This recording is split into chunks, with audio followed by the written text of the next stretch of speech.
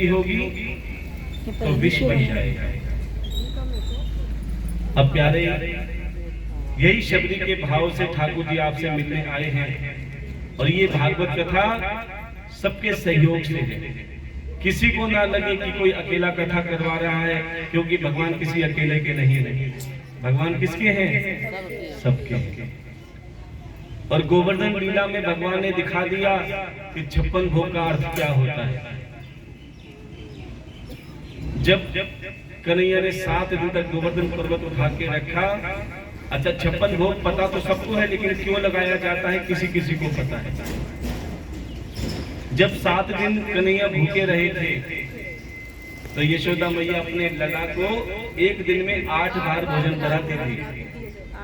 और आप भी अपने बच्चों को गिन लेना, लगभग इतनी बारी कराते हो। सुबह चाय पिलाओगी, नाश्ता कराओगी, फिर दोपहर का खाना, फिर शाम की चाय, फिर रात का खाना, फिर ले बेटा कभी सेब ले ले, कभी केला ले ले, लगभग 7-8 बार।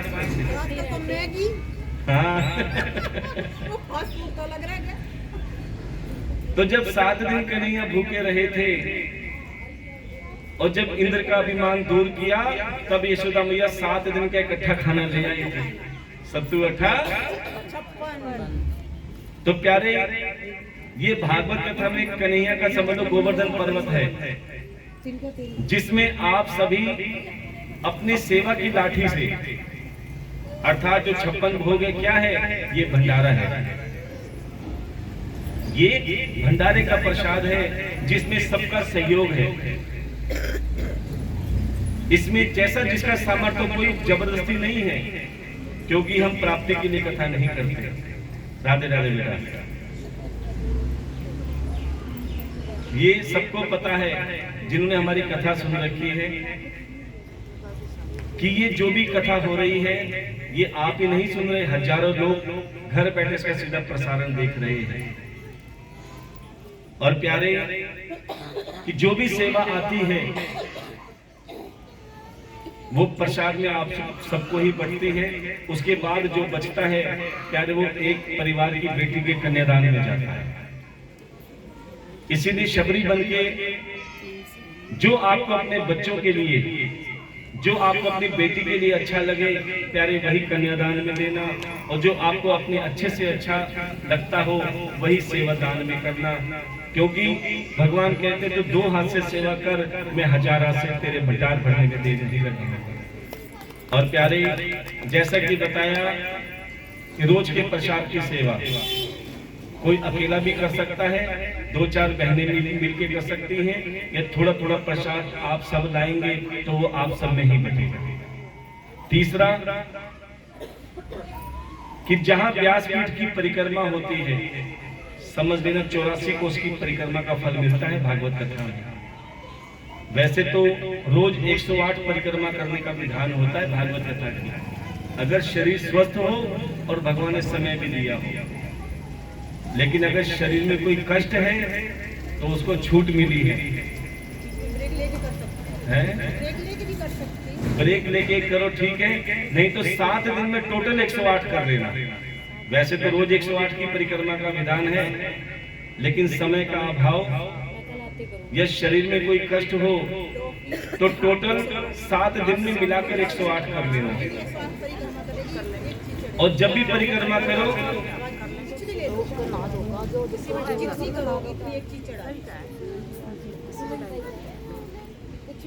और जब भी परिक्रमा करो, हाँ जी हाँ जी,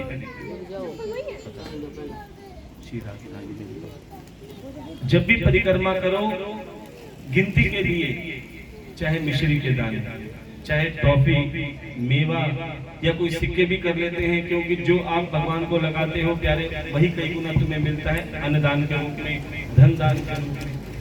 अगर आपने 108 परिक्रमा करनी है तो 108 दाने, मेवा, सिक्के या मिश्री पहले गिन के रख लो, क्योंकि गिनती में करोगे तो आपका ध्यान परिक्रमा में नहीं होगा।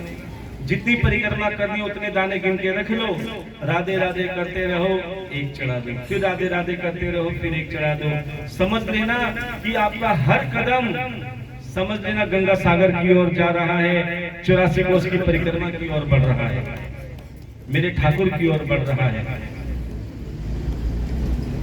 और प्यारे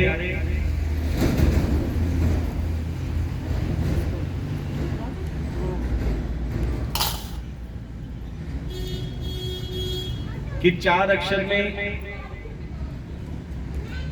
भ से भक्ति तो पता चल गई, ग से ज्ञान भी पता चल गया। अब जिसको ये पता लग जाता है कि संसार में भगवान के सिवा कोई किसी का नहीं है, सब स्वार्थ के रिश्ते हैं, ध्यान देना, उसके मन में संसार के प्रति वैराग्य हो जाता है। वैराग्य का मतलब ये नहीं कि तुम संसार छोड़ के सन्यासी बन जाओ, बिल्कुल नहीं। सबसे बड़ा तप क्या है? गृहस्थी में रहकर पूरी जिम्मेदारी के साथ कार्य करते हुए भगवान का नाम लो।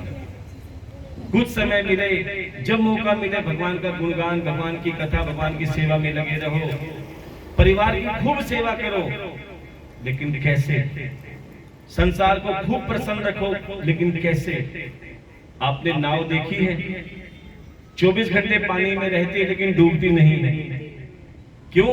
उसे पता है जब तक मैं पानी में रहूंगी नहीं डूबूंगी, लेकिन जिस दिन पानी मेरे अंदर आ गया, प्यारे, डूबने से नहीं बचा सकते।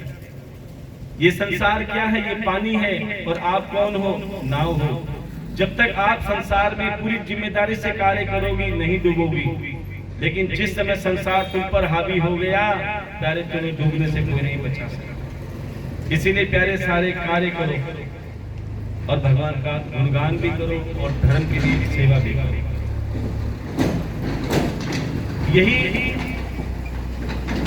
जिसे वैराग्य उत्पन्न हो जाता है, समझ लेना उसे जीते जी मुक्ति मिल जाती है।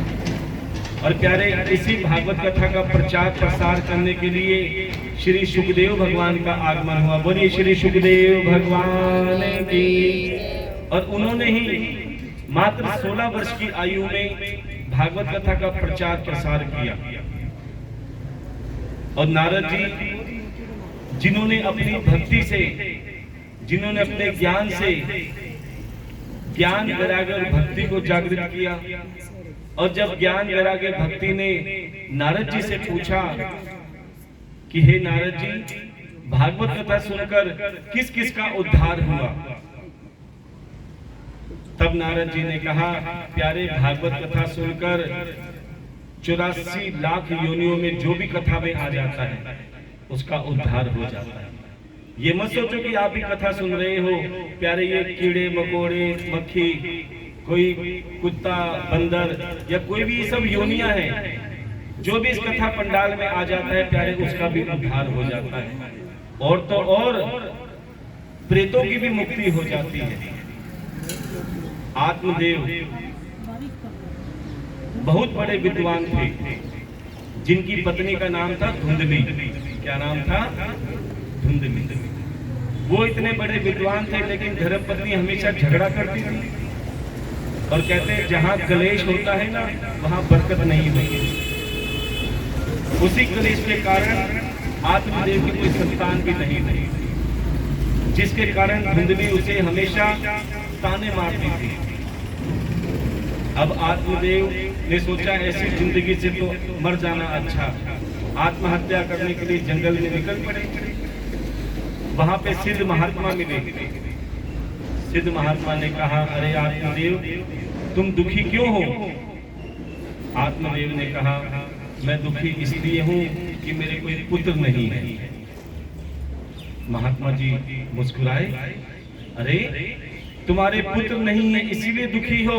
मैंने तो उनको भी दुखी देखा है जिनके 4-4 पुत्र हैं, 4-4 बेटे हैं। एक बार हम निगम बोध घाट पे गए थे किसी के अंत्येष्टि पे। क्या देखा? एक दिल्ली का बहुत बड़ा सेठ जिसकी मृत्यु हो गई और उसके 4-4 बेटे उसे कंधा दे रहे हैं और सैकड़ों भीड़ उसके पीछे आ रही है। हमने पूछा, ये कौन है? बोले, दिल्ली का सबसे बड़ा सेठ है जिसके 4-4 बेटे उसे कंधा दे रहे हैं। तब हमने सोचा, देखो कितना सौभाग्यशाली पिता है जिसके 4-4 बेटे कंधा दे रहे हैं। लेकिन तभी क्या हुआ? चारों बेटों ने अपने पिता की जो अर्थी है शंकर भगवान के आगे रखी। चारों बेटों में लड़ाई हो गई। कहने लगे जब तक हमें हमारा हिस्सा नहीं मिलेगा तब तक हम अपने पिता को अग्नि नहीं देंगे। प्यारे, सुबह से शाम हो गई, वो पिता की अर्थी मुखाग्नि के लिए तरस रही है। करोड़ों की दौलत भी धरी की धरी रह गई, 4 बेटे भी किसी काम के नहीं। तब हमने सोचा देखो कितना दुर्भाग्यशाली पिता है, जिन बेटों के लिए इतना धन दौलत इकट्ठी करी, आज वो प्रॉपर्टी के चक्कर में अपने पिता को मुखाग्नि भी नहीं दे रहे। तो ऐसे 4 बेटों का क्या फायदा? बोले बेटों में सुख नहीं है। तब आत्मदेव कहने लगे अच्छा महाराज ये तो बताओ मेरे इस जन्म में पुत्र का सुख है कि नहीं? जब महात्मा ने ध्यान किया और कहने लगे अरे आत्मदेव तेरे इस जन्म में तो क्या 7 जन्म में पुत्र का सुख नहीं है। इतना सुनते ही आत्मदेव कहने लगे पल का भरोसा नहीं, तुम मेरे 7 जन्मों की बात करते हो, इसका मतलब तुम मुझे पुत्र का सुख भी दे सकते हैं। अब तो चरण पकड़ लिए कि जब तक मुझे पुत्र होने का उपाय नहीं बताओगे तब तक मैं तुम्हारे चरण नहीं छोड़ूंगा। तब तो प्यारे महात्मा ने उसे एक फल दिया, जा अपनी धर्मपत्नी को खिला देना, पुत्र हो जाएगा। लेकिन फिर भी कहते हैं कि तुम्हें पुत्र सुख नहीं मिलेगा। अब तो प्यारे वही आत्मदेव फल लेकर खुशी खुशी अपने धर्मपत्नी के पास गया। बोले अरे भगवान देखिए मैं फल लेकर आया हूं, फल खाने से पुत्र हो जाएगा। अब धुंधली का मतलब समझते हो? जैसे कोई शीशा धुंधला होता है ना, कुछ दिखता है कुछ नहीं दिखता, उसे कहते हैं धुंधला। और जिसको ज्यादा शंका रहती है ना किंतु परंतु ये हो गया तो क्या होगा, वो हो गया क्या होगा, वो भी धुंधली समान है। हमेशा क्लियर रहना चाहिए आदमी को या महिला को। अब उस धुंधली ने सोचा फल से भी कभी बच्चे होते हैं, अब मुझे पता चल गया कौन सा उपाय करा है, इस फल में जरूर जहर मिला के लाया होगा, मुझे खिला देगा, दूसरा ब्याह कर लेगा और पुत्र हो जाएगा। देखो कितनी आगे तक सोच ली। कहते हैं हर चीज का इलाज है लेकिन वहम का। अब प्यारे उसी वहम से क्या किया, उसने वो फल नहीं खाया, आंगन में गौ माता बंधी थी, ले तू खा ले। अब कुछ समय बाद धुंधली की एक बहन थी जिसे संतान होने वाली थी। उस धुंधली ने कहा बहन देख मैं तो इतना कष्ट सह नहीं पाऊंगी पीड़ा का, तेरे जब संतान हो चुपचाप मुझे लाके दे दियो, मैं तुझे बहुत धन दूंगी। उसकी बहन लालची थी सो मान गई। कुछ समय बाद उसकी बहन को बहुत सुंदर बालक हुआ, उसने वो पुत्र चुपचाप आधी रात को धुंधली को दे दिया। देखो जब संतान होती है तो सबसे पहले ये गुड न्यूज किसको सुनाई जाती है? आहा अजी तुम पापा बनने वाले हो। अब पापा भी बड़े खुश कि मैं पापा बनने वाला हूं, अब बच्चा भी हो गया।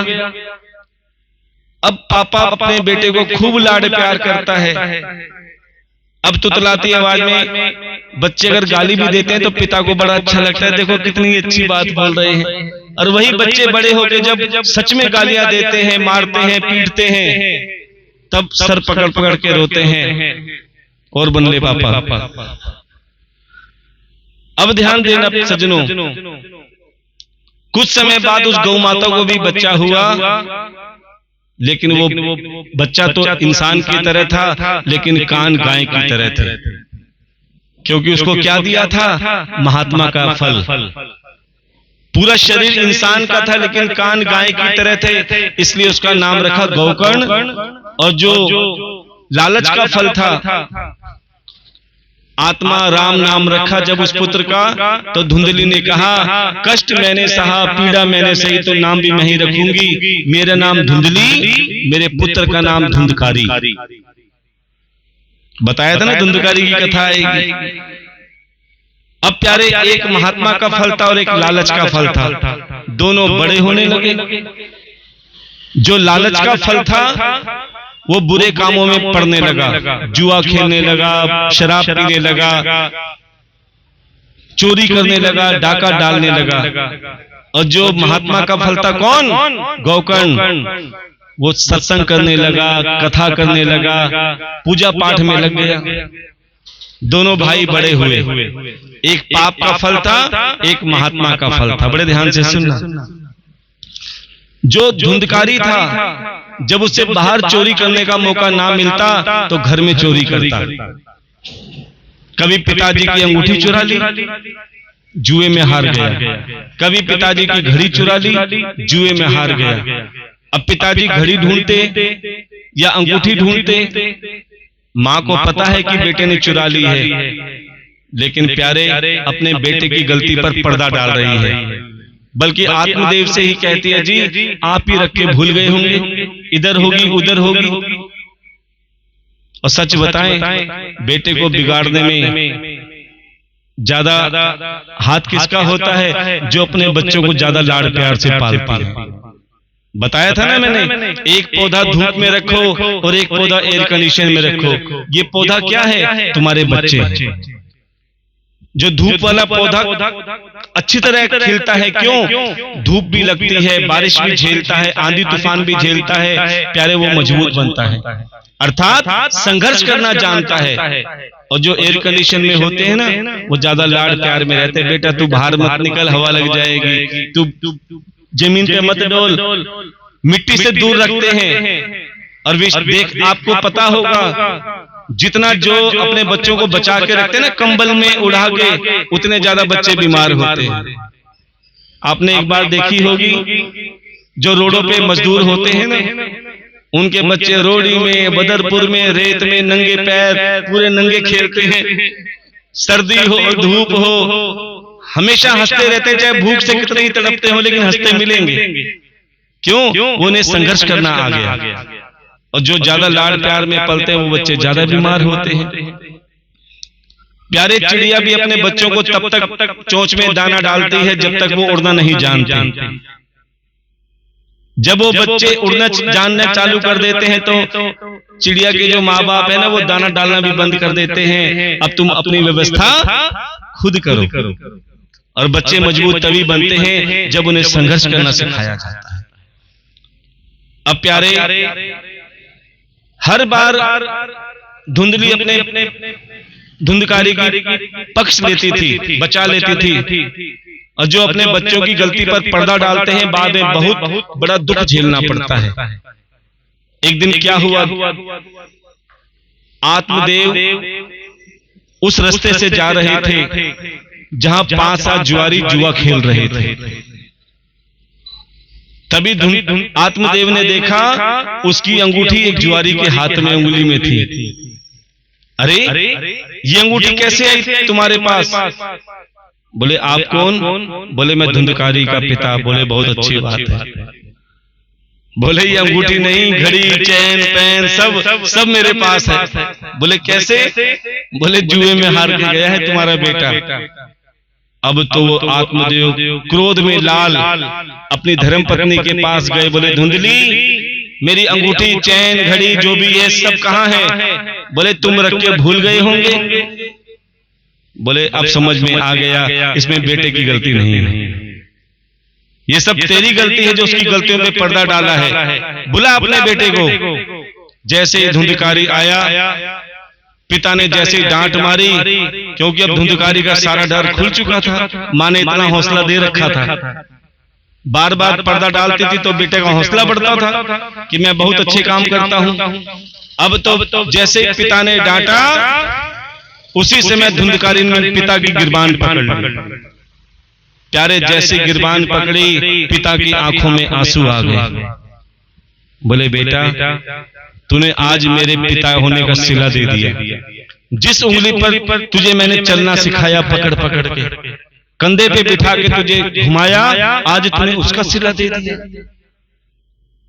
जैसे गिरबान पकड़े, मां ने देखा कि धुंधकारी ने पिता की गिरबान पकड़ी।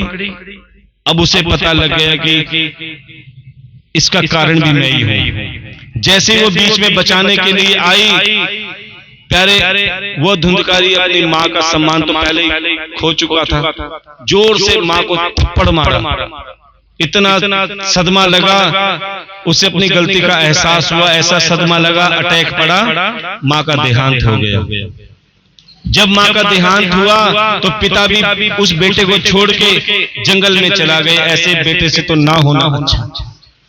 प्यारे माता पिता की सेवा नहीं कर पाया, घर में 5-5 वेश्याओं को ले आया और उनका पालन पोषण करने लगा। और प्यारे आज का इंसान भी उन्हीं 5 वेश्याओं को पाल रहा है। 5 वेश्याएं कौन है? काम, क्रोध, लोभ, मोह और अहंकार। इन्हीं के पीछे पालने में पागल हो रहा है आज का इंसान। अब उन्हीं 5 वेश्याओं को लिए बड़ी बड़ी चोरी करने लगा। एक बार राजा का खजाना हाथ में आया और 5 वेश्याओं को दे दिया। अब 5 वेश्याओं ने सोचा अगर ये पकड़ा गया तो हमारा नाम भी ले देगा। उन 5 वेश्याओं ने सोचा ना रहेगा बांस ना बजेगी बांसुरी, इस धुंधकारी को ही समाप्त कर देते हैं। चारपाई पे धुंधकारी सो रहा था, तभी 5 वेश्याओं ने उसे रस्सी से बांधा, खूब डंडे मारे, खूब कोड़े मारे, खूब दहकते हुए अंगारे उसके मुंह में भर दिए, लेकिन उस धुंधकारी की मृत्यु नहीं हुई। कहते हैं अच्छे आदमी को भगवान जल्दी बुला लेता है, अच्छे आदमी को भगवान जल्दी बुला लेता है और पापी आदमी आराम से रहते हैं, खूब शराब पीते हैं, नाली में पड़े रहते हैं, गालियां देते हैं, लेकिन मरते नहीं। ये क्यों होता है? बड़े ध्यान से सुनना। ये संसार क्या है? जहां पुस्तक मिलती है उसे कहते हैं पुस्तकालय, जहां विद्या मिलती है उसे कहते हैं, जहां भोजन मिलता है उसे क्या कहते हैं? भोजनालय, और जहां दुख मिलता है उसे दुखालय। ये संसार दुखालय है। यहाँ पे सब दुखी है, कोई तन से दुखी, कोई मन से दुखी, कोई धन से दुखी, कोई 4-4 बेटों की लड़ाइयों से दुखी। प्यारे कि इस दुखालय में इंसान क्या करने आता है? अपने प्रारब्ध के कर्मों का फल भोगने आता है। जो किया है उसका फल तुम्हें इसी दुखालय में भोगना पड़ेगा। सज्जन आदमी क्यों चला जाता है? अच्छे आदमी क्यों जल्दी चले जाते हैं? क्योंकि उनके पापों का अंत जल्दी हो जाता है, भगवान उसे अपनी शरण में जल्दी ले लेता है। और जो पापी लोग होते हैं ना, वो कहते हैं दुखालय में अपने कर्म का फल भोग। दुनिया भर के रोग लगते हैं लेकिन मरते नहीं हैं। क्यों? क्योंकि वो अपने प्रारब्ध के कर्मों को भोग रहा है। अब क्या हुआ? धुंधकारी की मृत्यु नहीं हुई, और मृत्यु हुई तो मुक्ति नहीं हुई, प्रेत बन गया। अब जीते जी तो परेशान करता था, प्यारे मरने के बाद और ज्यादा परेशान करने लगा पूरे गांव वालों को। तभी गांव वाले गोकर्ण महाराज के पास गए, बोले महाराज आपके भाई ने हमें बहुत परेशान करके रखा है, जीते जी तो परेशान करता था, मरने के बाद और परेशान करने लगा, कृपया अपने भाई अर्थात प्रेत मुक्ति का कोई उपाय बताओ। तब गोकर्ण महाराज ने कहा प्रेत मुक्ति का केवल एक ही उपाय है, वो है श्रीमद् भागवत कथा। इसीलिए कहते हैं जीवन में हर किसी को एक बार भागवत कथा अवश्य करवानी चाहिए। देखो कितना लंबा जीवन है, किसी को कुछ पता नहीं कि कल हम उठेंगे या नहीं उठेंगे। इसीलिए कहते हैं जीवन में कम से कम एक बार जब मौका मिले भागवत कथा अवश्य करवाओ। क्यों? जो भागवत कथा करवाता है, कोई भी निमित्त बनता है, अपनी 15 पीढ़ियां तार देता है, 7 आगे की 7 पीछे की और एक स्वयं अपनी।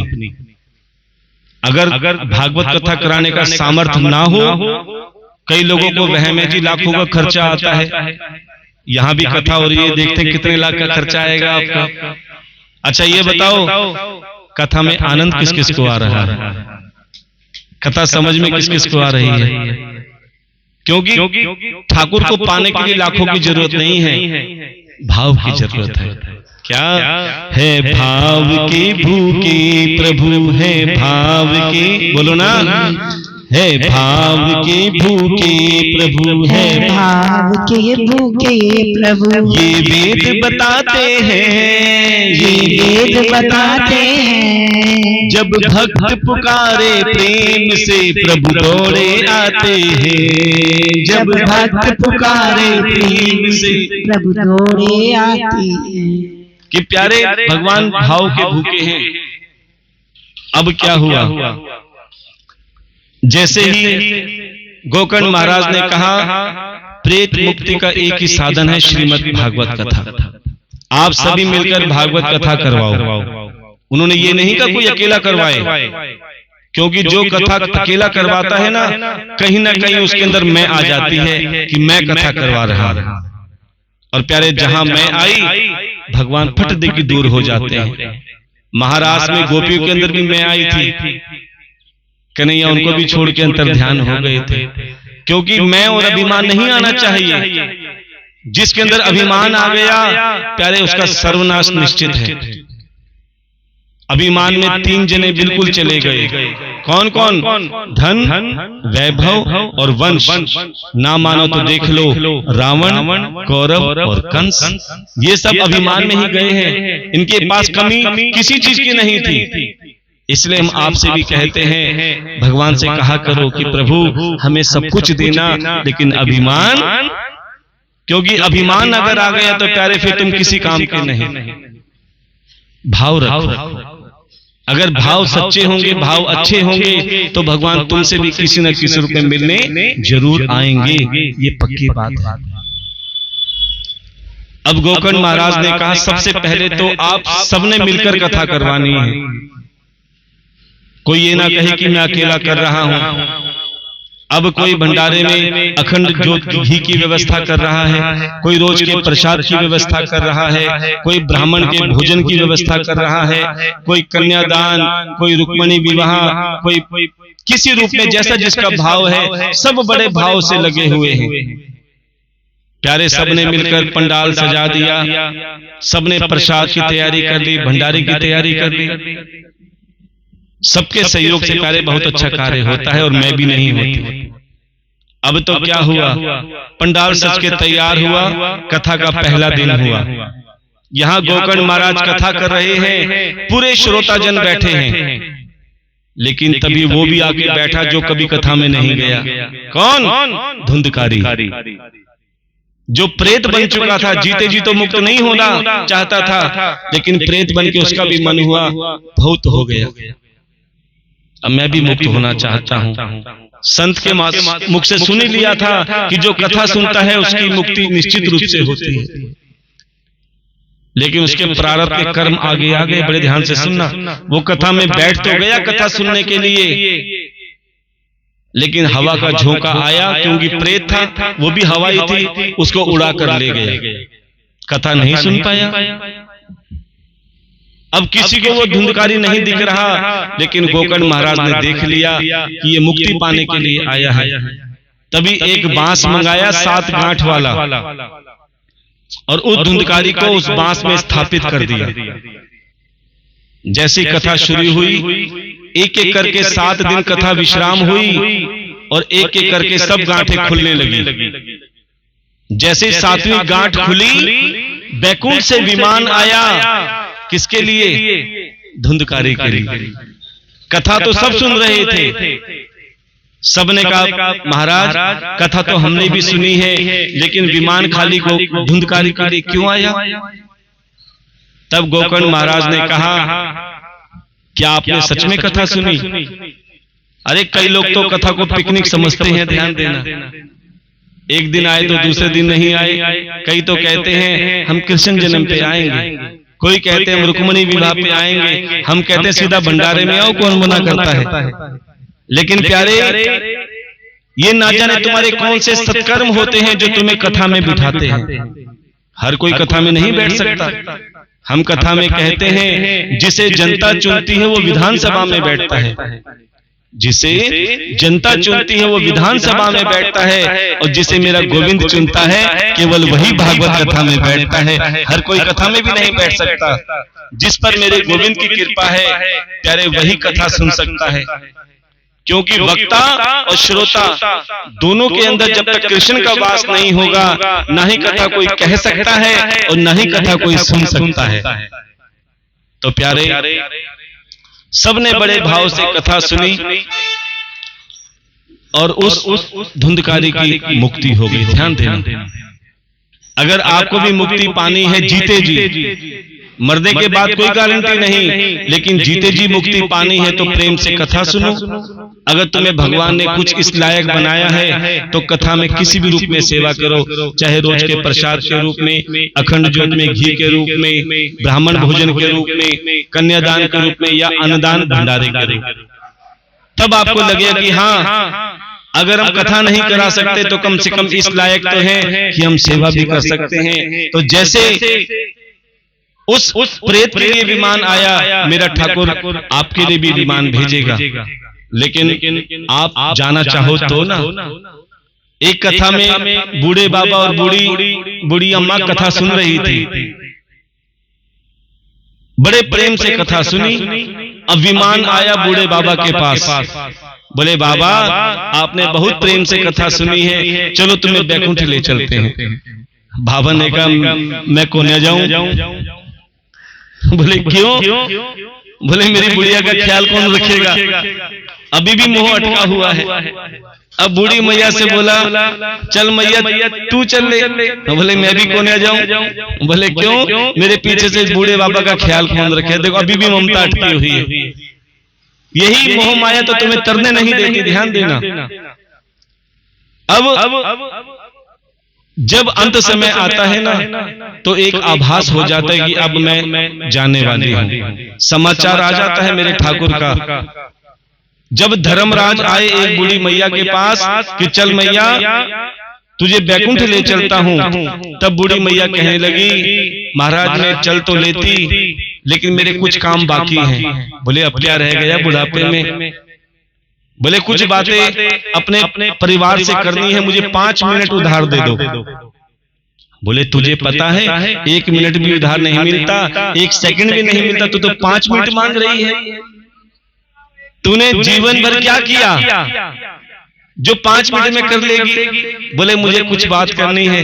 बोले ठीक है, क्या करेगी बता। तो क्या कहने लगी?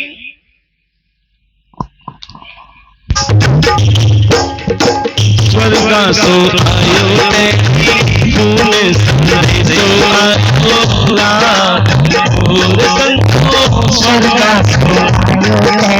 अभी बोलेंगे स्वर्ग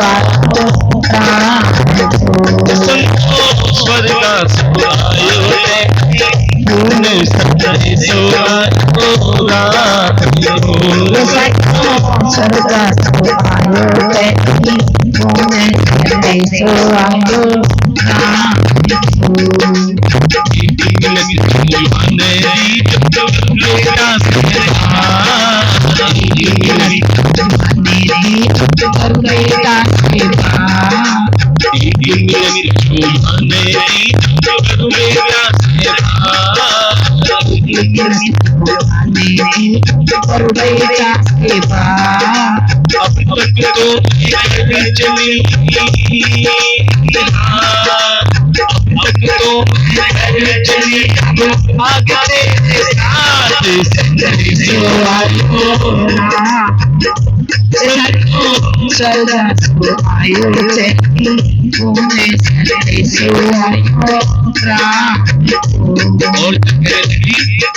अब 1 मिनट मुझे और दे दो। बोले अब क्या करेगी? बोले बहू से भी बात मानो। क्या कहने लगी? 1 मिनट जो बउआ से बात, 1 मिनट जो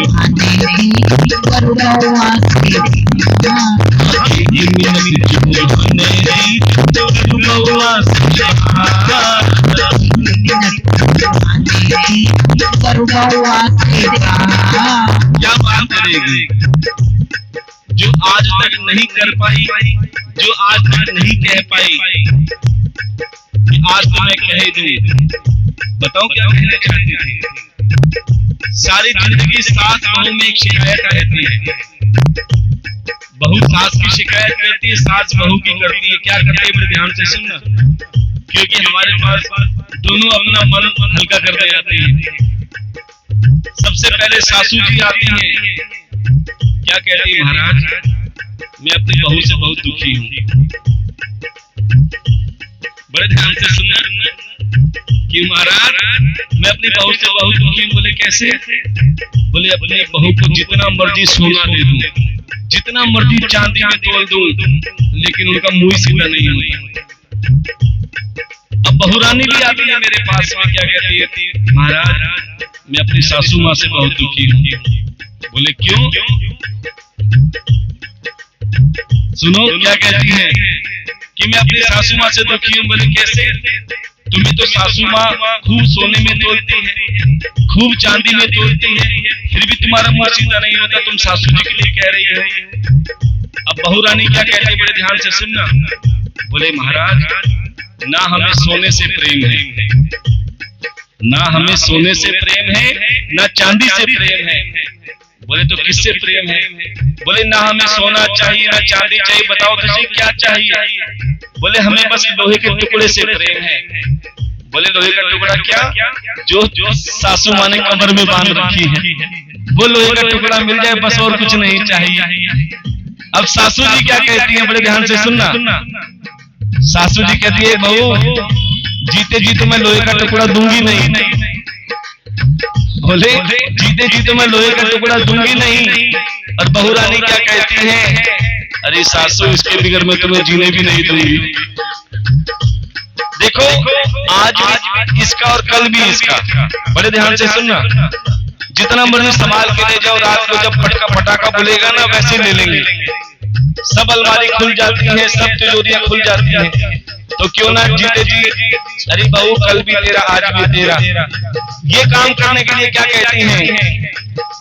एक मिनट जो बहाने दी जो करूं बहू से बात, एक मिनट जो बहाने दी करूं बहू से बात। अलमारी में जेवर पड़ा है, अलमारी में जेवर पड़ा है, आपस में जो बात सो आयो स्वर्ग सो आयो कहती बोने सो आयो अच्छा एक बात बताओ, दादा दादी को सबसे प्यारे कौन लगते हैं? कहते हैं मुझसे ज्यादा। क्या कहते हैं? एक मिनट जो बहाने दी जो करूं बोला से बात, एक मिनट जो बहाने दी करूं बोला से बात। अब तक तुम लाड लड़ाए हो, अब तक तुम लाड लड़ाए हो, कौन लगावे थाको लाड संदेशो आयो रात संतो स्वर्ग सो आयो कहती बोने सो आयो अच्छा एक बात और बताओ, एक माँ को सबसे प्यारी कौन लगती है? बताया था ना, बेटा तो मतलब के लिए आता है। माँ 1000 दे दे, 2000 दे दे। और एक सच्चाई बताएं, जब पिताजी सुबह काम से थके हारे रात को घर आते हैं ना, तो बेटा जागा हुआ भी आंख बंद करके सो जाएगा, कहीं पानी ना पिलाना पड़ जाए। लेकिन बेटी अगर सच में भी सोई होगी तो पिता के पैरों की आहट से उठ जाती है, पानी का गिलास लाती है, तो पिताजी पानी पी, रोटी बना देती, रोटी भी खा लो। प्यारे बेटी जब तक रहती है तब तक भी माता पिता का ख्याल रखती है। दूर ससुराल चली जाती है तो बार बार फोन करती, माँ तू ठीक तो है, कोई परेशानी तुम्हें आ जाती है। बेटी दूर रहकर भी पास में है और बेटा पास रहकर भी पड़ोसी बन के चला जाता है। तो क्या कहती है?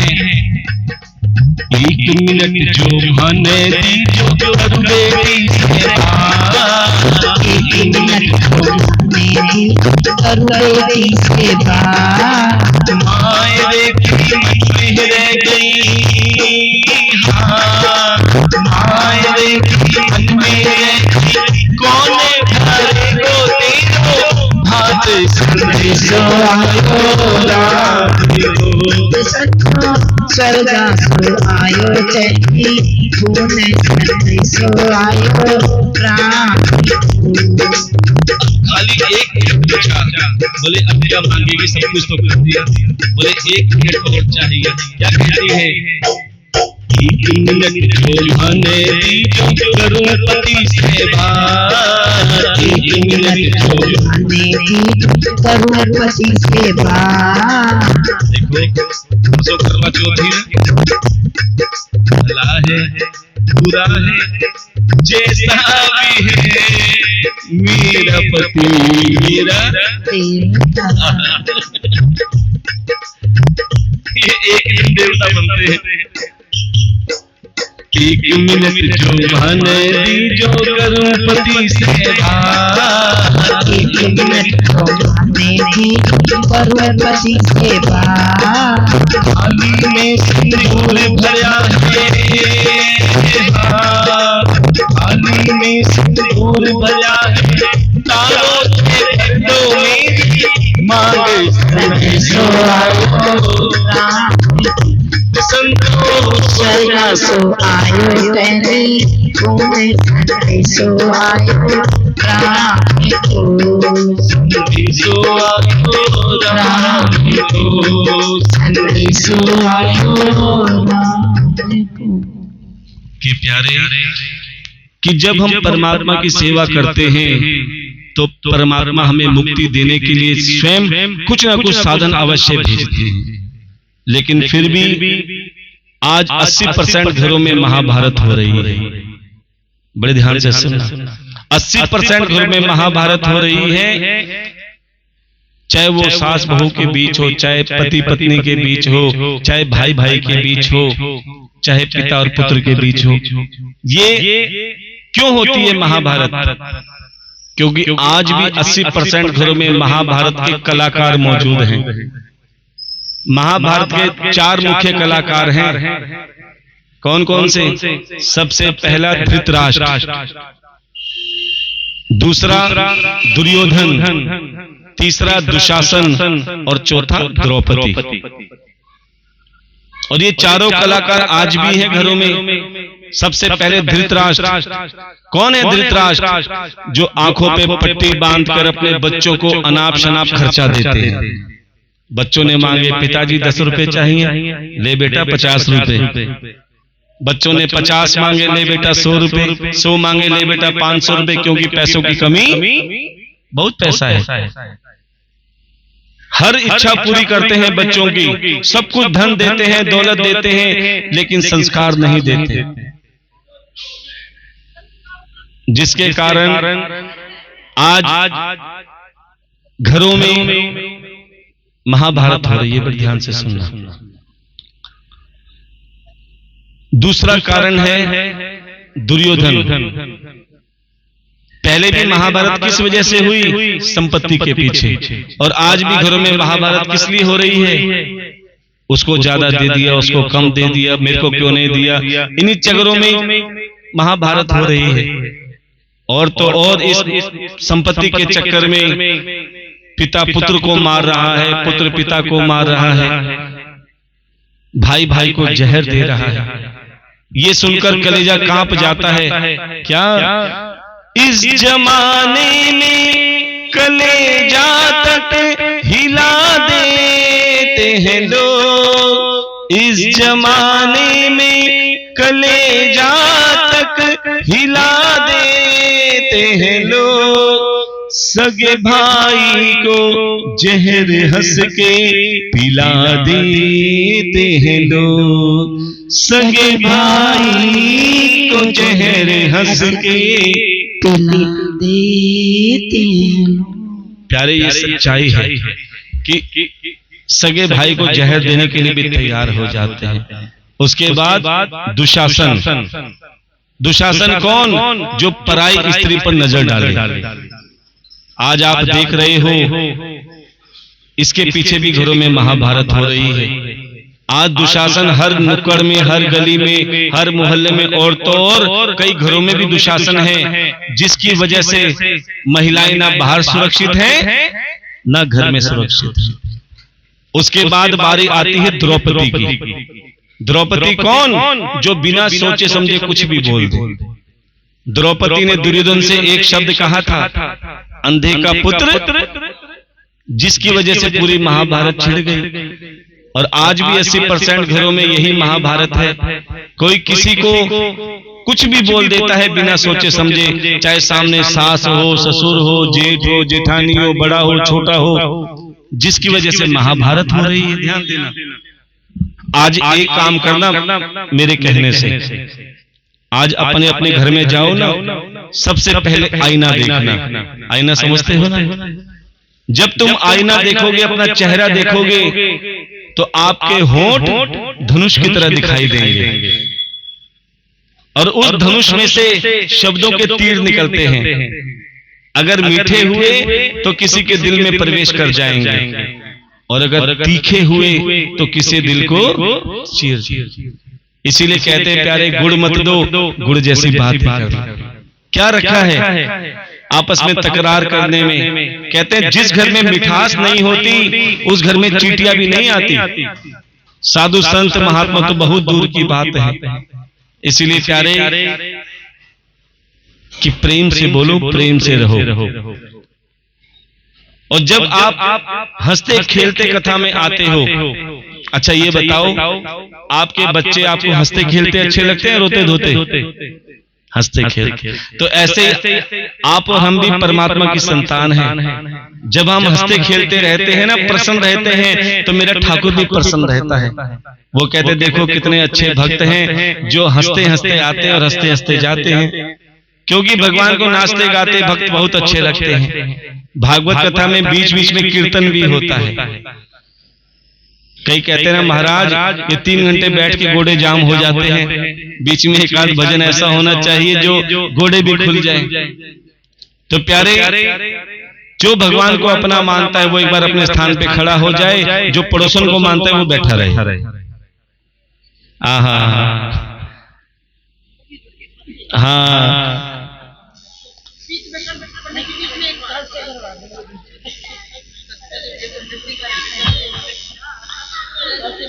हाँ, क्योंकि ये साक्षात वृंदावन है, और वृंदावन में जब आप नाचते हो तो धूल भी उड़ती है, और ये धूल रमन रेती के बराबर है। तो सभी ने नाचते गाते यही कहना है,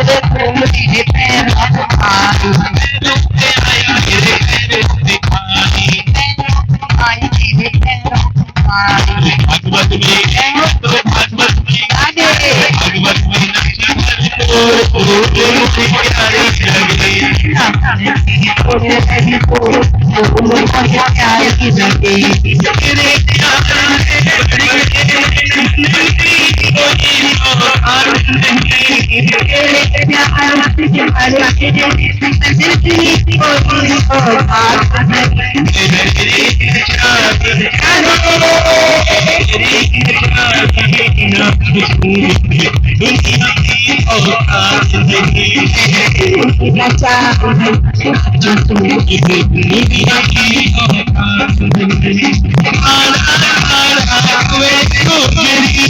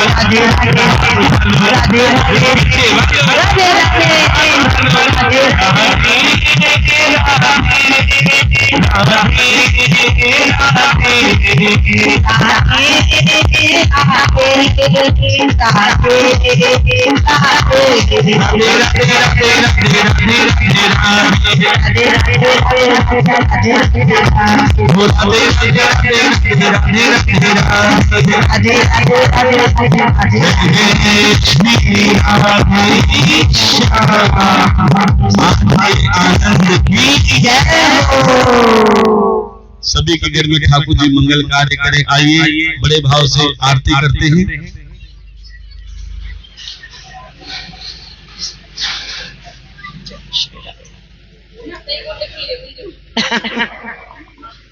के बीच में करवा खुले दे दो पंडित जी, खुले दे आरती होगी। आ जाओ पीछे हो जाओ। हाँ हाँ हाँ जल्दी।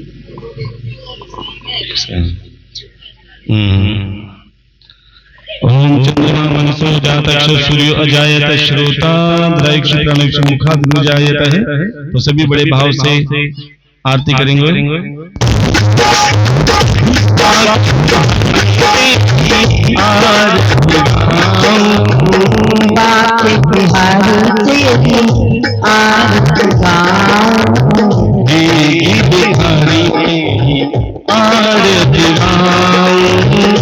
बाके बिहारी तेरी आरत गाऊं, हे बिहारी तेरी आरत गाऊं। मोर मुख गया शीश पे सोहे, मोर मुख गया शीश पे सोए, प्यारी जी मेरो मन मोहे, प्यारी बंसी मेरो मन मोहे। देख छवि बड़ी हार जाऊं, तेरे छवि गली हार जाऊं, देख बिहारी तेरी हार दिलाऊं। बाके बिहारी तेरी आरत गाऊं, हे बिहारी तेरी आरत गाऊं। चरणों में तेरी गंगा प्यारी, चरणों से तेरी गंगा प्यारी, जिसने सारी दुनिया तारी, जिसने सारी दुनिया तारी। मैं चरणों के दर्शन पाऊं, मैं चरणों के दर्शन पाऊं, हे बिहारी तेरी आरत गाऊं। बाके बिहारी तेरी आरत गाऊं, हे बिहारी तेरी आरत गाऊं। दास नाथ के नाथ जाते हो, दासी अनाथ के नाथ जाते हो, दुख सुख जीवन प्यारे साथ गाते हो। दुख सुख जीवन प्यारे साथ गाते हो। हरि चरणों में शीश झुकाऊं, हरि चरणों में शीश झुकाऊं, हे बिहारी तेरी आरत गाऊं। बाके बिहारी तेरी आरत गाऊं, हे बिहारी तेरी आरत गाऊं। श्री हरिदास के प्यारे तुम हो, श्री हरिदास के प्यारे तुम हो, मेरे मोहन जीवन हो।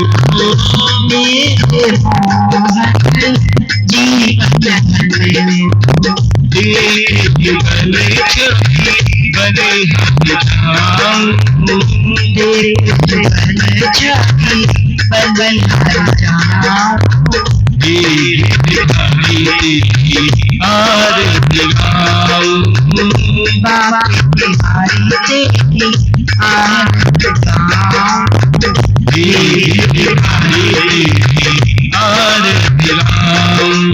उम्मीद मात चिता तुमीर, उम्मीद दुख सखा तुमीर, उम्मीद विद्या द्रविणम तुमीर, उम्मीद सर्वम मम देव, कर्पूरम करुणावतारम, संसार सारम भुज के हारम, सदा प्रसन्न विद्यादिन्दे भवं भवानी स्थितं नमामि। गुरुर्ब्रह्मा गुरुर्विष्णु गुरुर्देवो महेश्वराय गुरुर्साक्षात् परं ब्रह्म तस्मै श्री गुरुवे नमः। हरे राम राम राम हरे हरे हरे कृष्ण कृष्ण कृष्ण हरे हरे कृष्ण कृष्ण हरे हरे कृष्ण कृष्ण हरे हरे। ओम अपवित्र ही पवित्र वा सर्वावस्थान गोपिया समेत पुंडरीकाक्षर पुनः तुम सभी आरती दिल से बोलो। हे पार परम प्रसाद धर्म की